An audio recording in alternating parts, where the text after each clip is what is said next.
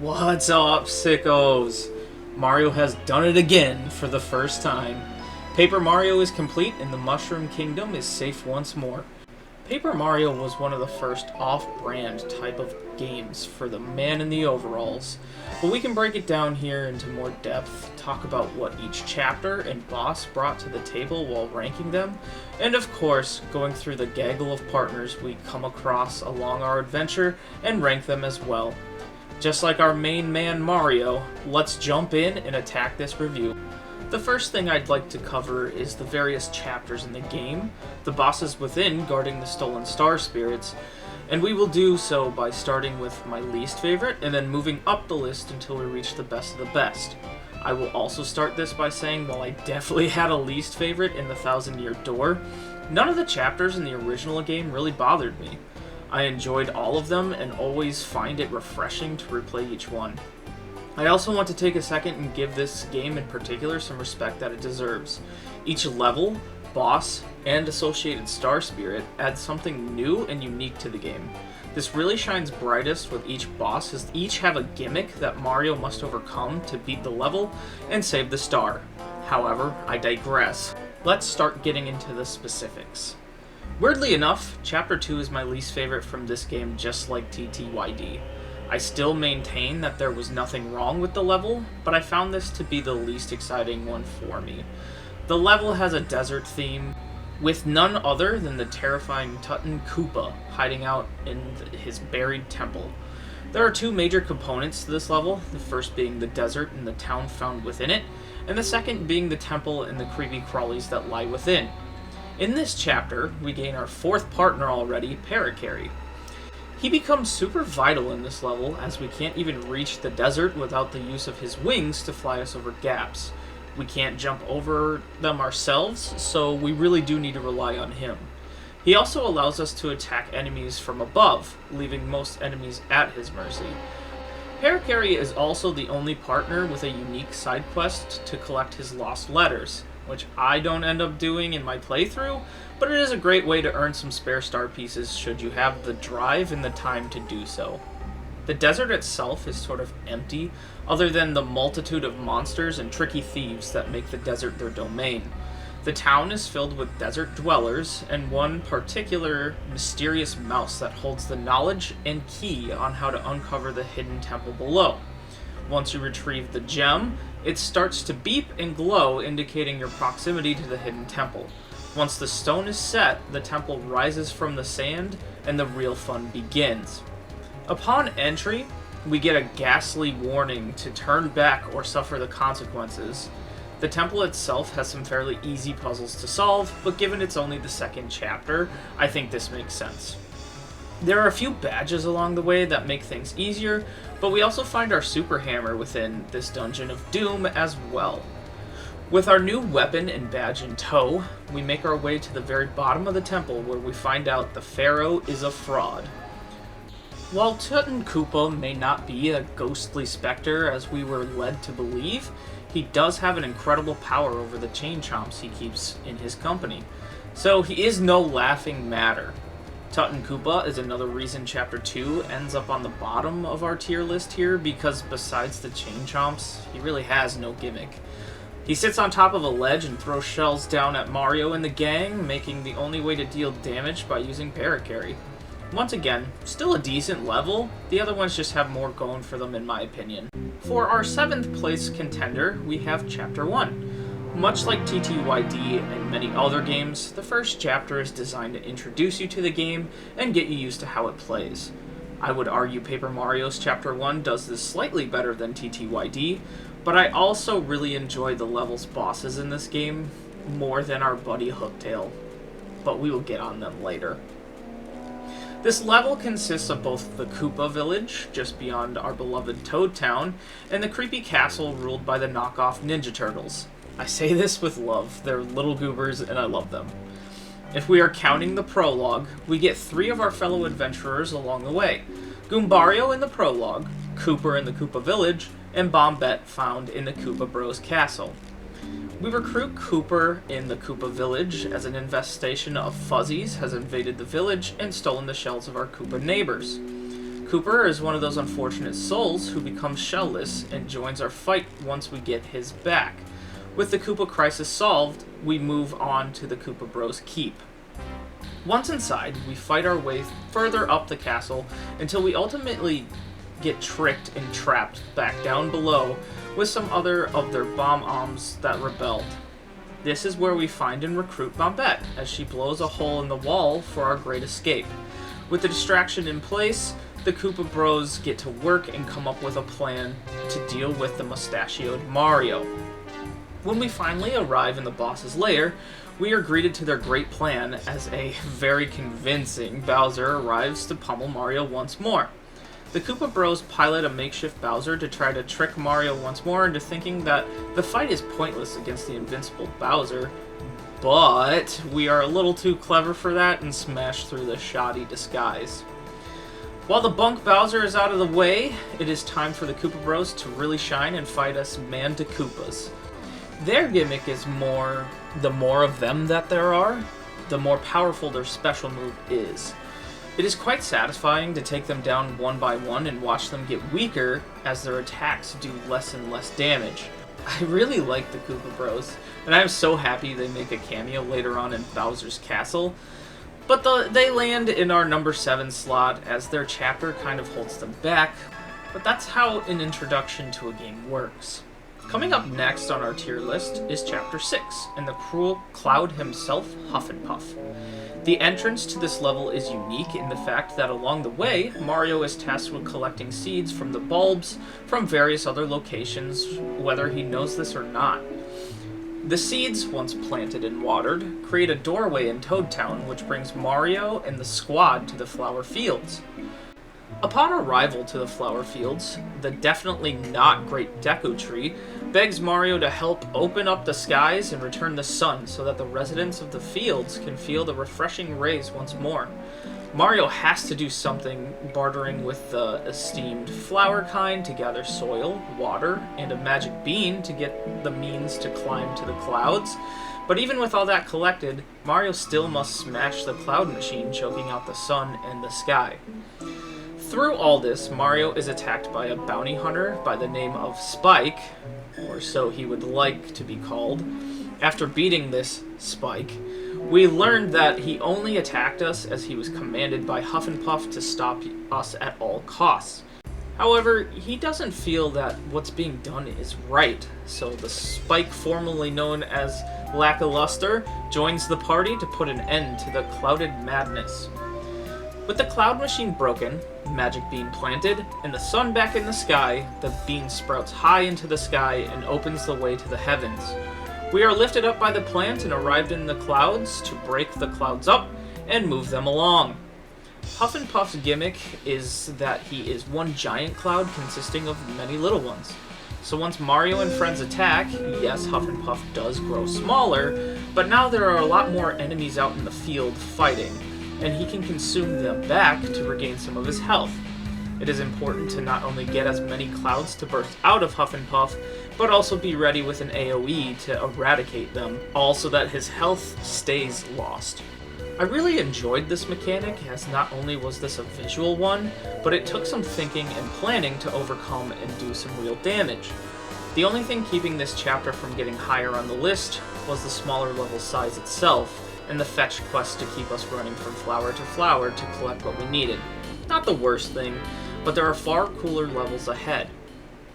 Moving further up the list comes the previous chapter, Chapter 5, and the piranha with the pointed teeth. To get to this island of our fiery foe, we must first be consumed by a whale and beat up something he ate. I wish I made that up, but hey, I won't argue with the free ride that comes of it. Once we arrive on the island, we are greeted by a tribe of Yoshis who hold the secret on how to get to the volcano. But, of course, as soon as we get close to learning what those secrets are, all of the Yoshis' children go missing. With all the adult Yoshis in a panic, it's left to Mario and the next partner who joins up, Sushi. Sushi grants us the ability to swim around and get from island to island and collect each of the lost children. This is probably the lengthiest part of the chapter, but it is still fun to do a hide and seek across the island in search of the kiddos. With all the children returned to their parents, the Yoshi chief grants us an idol to further explore in the jungle, where we meet none other than the flock of reclusive ravens. Once explaining our needs, their leader commands the group to build us a passage to and from the volcano so that we may collect our prize. Finally, inside the volcano, we make our way to the depths to find our next boss, Lava Piranha. His gimmick in this is that his fight seemingly ends as he shrivels into the lava below, and as we go to rescue our next star spirit, he emerges back from below with all three heads ablaze and relit with the burning desire to stop Mario in his tracks. Unless you either have badges equipped to deal with the flames of your enemies, your best bet is to have Sushi by your side to tidal wave and smother the flames of our foe. This chapter is really fun and has some nice nods to other Mario characters such as the Yoshis, and given Piranha Plants the center stage. Personally, I feel the jungle portion can go a little long, but I'm only stating minor critiques because I enjoy these so much. At the end of the day, I don't have much negative to say on these chapters, this one included. Going up the tier list, we find ourselves at Chapter 3 with our heartless hermit, Tubba Blubba. In this chapter, Mario receives a letter from Lady Bo requesting that Mario report to her manor as she has some news of the whereabouts of the next star spirit and where it resides. This is just outside of Toad Town as well, but in order to get through the dark and scary woods, it is necessary that Mario is aware of his surroundings and choosing the right path. There's a short puzzle requiring the player to quickly and accurately identify which exit is different from the rest, as that will be the guide to get you to the right path.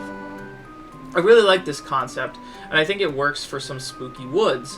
I do find it frustrating that if you get it wrong, it's a full reset rather than just like a quick level reset, but again, that's a minor complaint. Eventually, Mario ends up at the manor and is greeted by ghastly ghouls. They demand that Mario find his way through the manor in order to show that he has what it takes to not only meet with Lady Bo, but assist them with their issue that they are currently having. Mario makes his way to the top of the manor and finds Lady Bo in her dwelling. It is here that Lady Bo reveals that she herself has the Star Spirit and will only release it to Mario if he assists them with taking down the invincible Tubba Blubba. As once again he feels a rumbly in his tumbly, he will make his way to the boos below and gobble them up, never to be seen again. Mario selflessly takes on this task, and Lady Bo decides that, well, if she's going to ask a stranger to help her people, she should be brave and assist as well.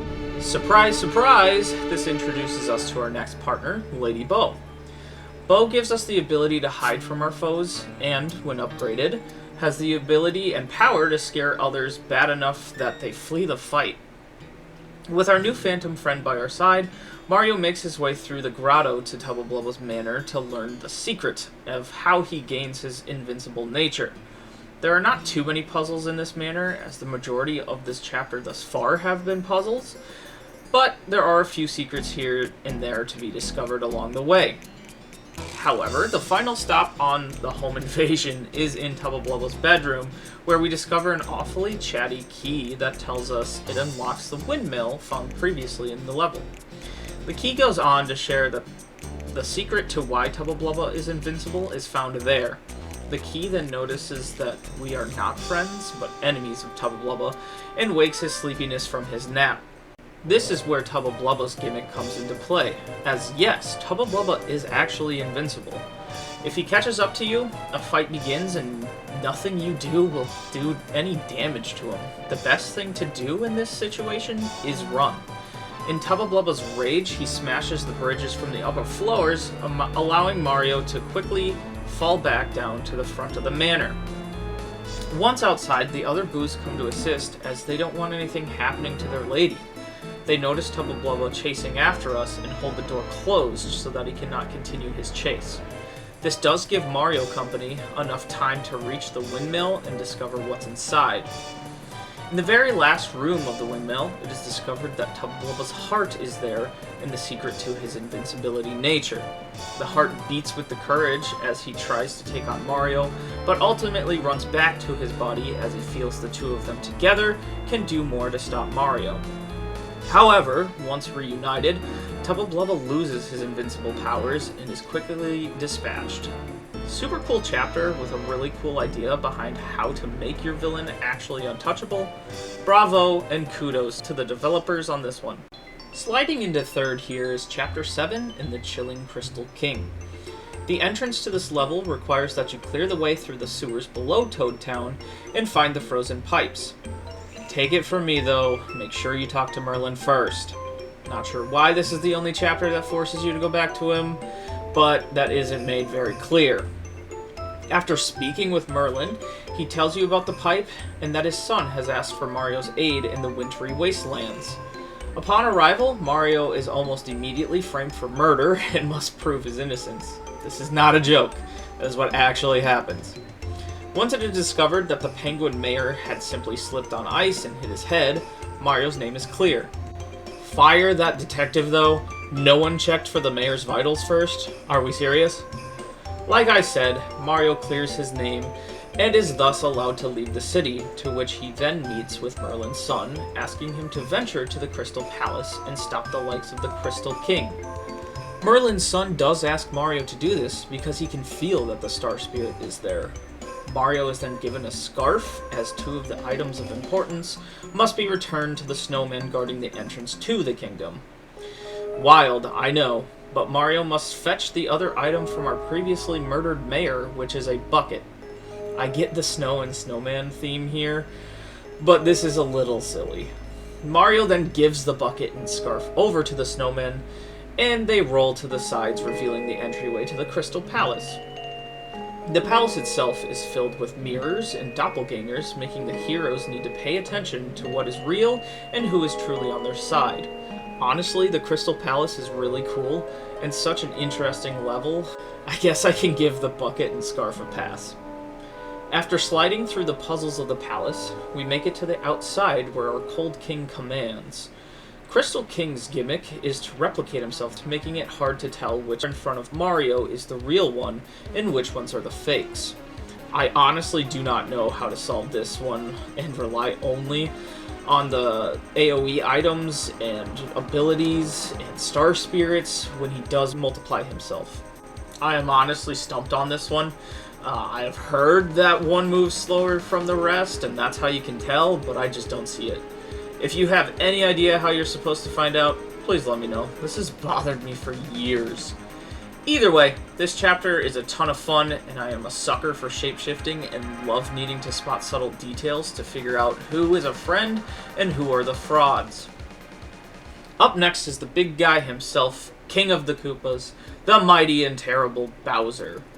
Obviously, the whole build-up of the game is to collect the Star Spirits so they may return to the Star Haven and help you ascend to space where Bowser is holding Princess Peach.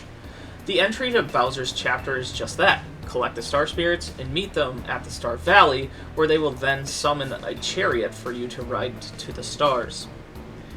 Having ascended above, Mario must first make his way through Bowser's castle before getting to Peach, as Bowser sneakily built his castle below so that he could lift Peaches on high. I love this attention to detail and the fact that they did not sleep on Bowser's castle, as it would have been an easy to just drive the chariot to Peach's front door, but no, the developers went the extra mile to have us dock at Bowser's castle first, and I respect them for that. Bowser's castle does get a little repetitive as the upper and lower portions are a mirror of each other. However, they do have different puzzles, and the rooms are not an exact one-to-one copy, so this is a very minimal issue. Bowser's castle also has a cave system in there to break up the only castle vibes, which is enjoyable. The thing I like most about Bowser's chapter, though, is that it requires you use all of your gained partners in order to navigate to the top. I mean, I guess besides from Goombaria or Bo. But there are some switches for Cooper to hit, cracks for Bombette to blow up, gaps for Parakarry to take us over, water spots for Sushi to swim us across, and lava that requires lackluster to float us over. It's just really refreshing when games make you think and use all the tools you have gathered along the way in a creative way to get to the ending, and I think they nailed it here. Eventually, we do emerge from Bowser's castle and find ourselves back where it all started, Peach's castle. What I really like about Peach's castle is A, we've already explored the whole thing in our Peach sections between the chapters, and B, Bowser ensures that the way is actually clear, building an eerie feeling and almost uncomfortable feeling. I think this truly adds to the atmosphere and shows the confidence Bowser has in himself as, I don't need anybody, I'm the invincible Bowser, I can just beat Mario again. I don't know, it just sits right with me and they did an amazing job here. Ultimately though, Bowser is correct in his assumption that Mario has not done enough to break his invulnerability, and it makes us feel as if we are about to be sent sailing back down, defeated once more. Bowser's gimmick is the Star Rod and having the power to take a turn to make himself impervious to any incoming damage. This is when we break over to Peach and her newfound friend Twink, where they take the fight to Kammy Koopa. Each turn, Peach wishes for the power to beat Bowser, and Twink's attack and defense slowly increase to the point where Kammy can do nothing to harm him. This defeats Kammy, and Twink goes off to join the Star Spirits in the fight against Bowser. Bowser laughs at this new attempt and shows no fear of this new power until it shreds his invincibility away. Now, with the power of Mario, the Star Spirits, and the young star Twink combined, the heroes have what they need to beat Bowser. In the end, Mario overpowers Bowser once again and saves the Mushroom Kingdom. This is such a sweet ending to the game and really puts a bow on the game. But there is one last chapter that I fell in love with over the rest. Finally, we've made it to our number one spot for me, which is Chapter 4 in the Military Man General Guy. The entrance to this chapter requires you to follow a Shy Guy into their secret base and use Bo to hide away and see where these troublesome Shy Guys go. When hidden, the Shy Guy will run into a hidden panel on the wall and reveal a toy box where the Shy Guy army hides. With this knowledge in mind, Mario is able to jump into the toy box and follows them below. Now this level is a little back and forthy, but they do it in a way that makes sense, and I appreciate the way they pull it off. Given the box is right there in one of the buildings in Toad Town, the Shy Guys go out and disrupt what they can to slow Mario's progress with the rest of the Star Spirits and their own. This includes stealing the shopkeeper's key, the bad shop's calculator, the chef's pan, and the mailbag from the mailroom. The shopkeeper's key is necessary because in their storeroom, they have the toy train which helps you traverse the inside of the box. You need to return the pan so that the chef will make you a cake that you can give to the gourmet guy, moving him out of your way. And finally, the calculator needs to get back to the badge shop if you ever want to buy a badge again. I know this was one of my biggest complaints with TTYD, but they do this in a way that adds to the story rather than to just make you do it because I said so, and this really works for this chapter. In this chapter, you have to face a mini-boss to gain your level partner, which is Watt. Watt allows Mario to see in the dark, as well as hidden items around if held. Much like the other partners in their levels, Watt is needed in the final fight, as the general has a tank with a light bulb for defense. Once you break the bulb, the defense is gone, and it's quickly done with Watt's electrical abilities. In the end, you make it to the Shy Guy's base, where General Guy is positioned. We just talked about the part of his gimmick being the armored tank and bulb, but he also has a multi-stage boss fight where he sends his soldiers out to attack first.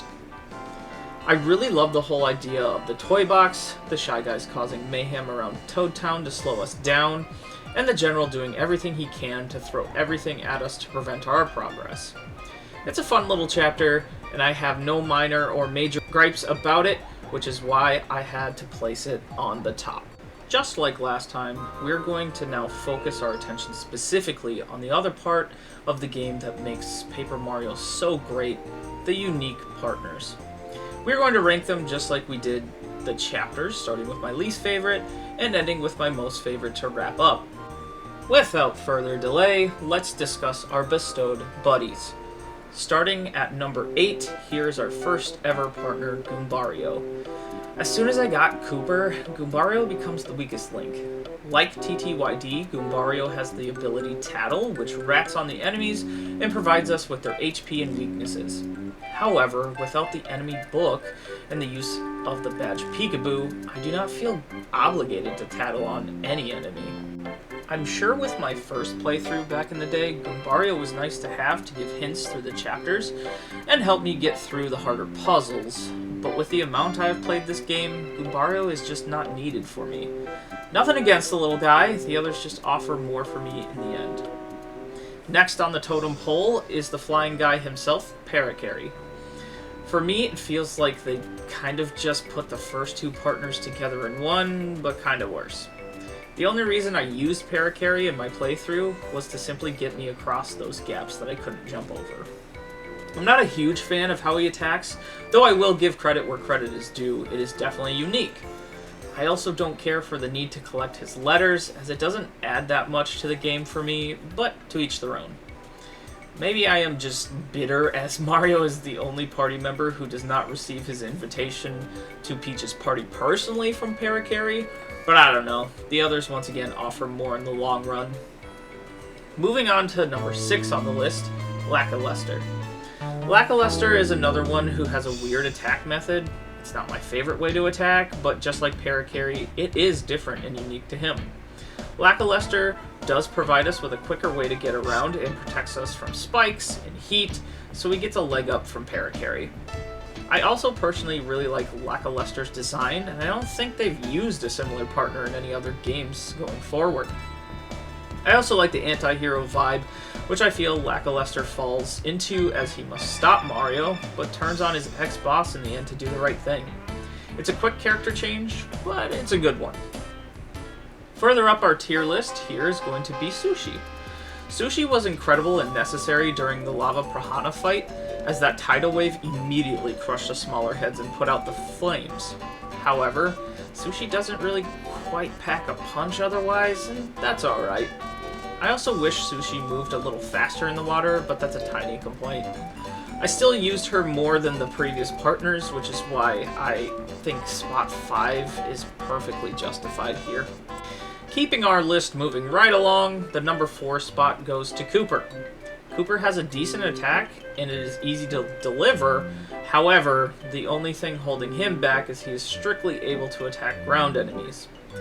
Later on, he gets some cool fire moves, but those are still bound to the floor enemies, keeping Cooper from getting any higher on the list. Fun fact though, Cooper was my favorite overall as a kid, and that has since changed, but he's still a cool dude. Speaking of favorites, next comes my personal favorite partner, but number 3 is Lady Bow herself.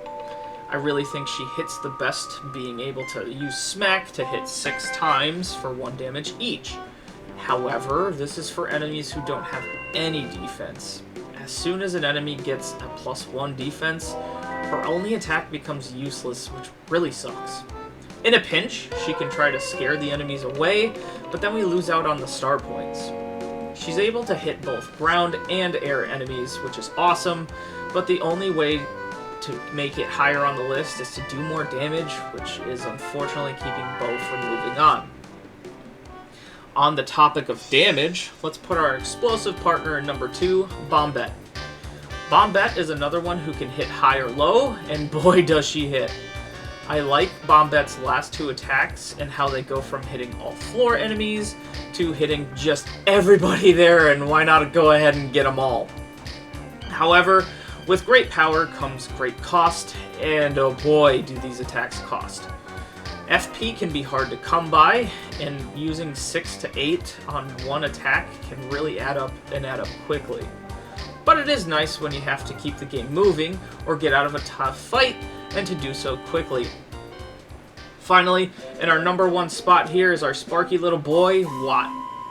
Watt ultimately takes first place, as he can hit everyone and do so consistently. I have yet to find a foe that can neutralize Watt's attacks or put him on his butt. Watt, when fully powered up, also does a consistent 5 damage with his base attack, which is nuts. Again, Bo, when fully powered up, does have a base of 6, but Watt cuts through any and all defense, making him the most useful in my opinion. The only thing I've seen that takes him down is Bowser's use of his AoE, but that stuns any partner, so I can't really fault Watt for this one. Well, sickos, we've talked about the chapters and their bosses, as well as the partners we gather along the way. But what about my overall feelings on this game, and of course, our sickshockascore? Paper Mario is a game that started my interest in gaming, as I've mentioned before, given I played this with my brother when we were kids. My brother really wanted me to play with him, but I was still yet a little too young to take the controller myself, so he would do the heavy lifting and play as Mario, but in battles he would pass me the controller when it came to the partner's turn, so I at least was involved. Hey, you do what you can when there's no player 2, right? This made me want to go back and play this when I was older to capture the whole experience, which is another reason why I love RPGs to this day. This is not a harsh critique on my end, but I do wish the game were a little bit longer. However, I do believe that this ultimately would add some fluff to the game. Also, given the time and technology available when this game was made, I think they did a pretty good job with it, and the end results show. I appreciate the game they gave us, and I can see the love they put into making this game. I know this is not the only Mario RPG out there, nor is it even the first, but I really did like them stepping out of the standard Mario formula to give us gamers something different to play and fall in love with. I still stick with what I've already said, and I feel like they did do a better job with this at TTYD, and I have some bias as well as to my feelings behind that. But Paper Mario is incredible, and without it, we wouldn't have TTYD at all. I enjoyed this game, and whenever I do replay it, I never find myself regretting it or wishing I had done something else. Like I stated, TTYD is still my go-to, but Paper Mario is a close second in the series that I've played, giving Paper Mario a sickshockascore of 8 out of 10. I don't have a lot to complain about with this game, other than wishing it were a little longer, which can't be helped in the long run. I've talked about this on my sister channel, on Tomfoolers, but I would love to see a remake of the original Paper Mario now that we've gotten it from TTYD. I think it would also be a huge hit and make many nostalgic players come back and buy a fresh copy with the updated graphics to play in the present.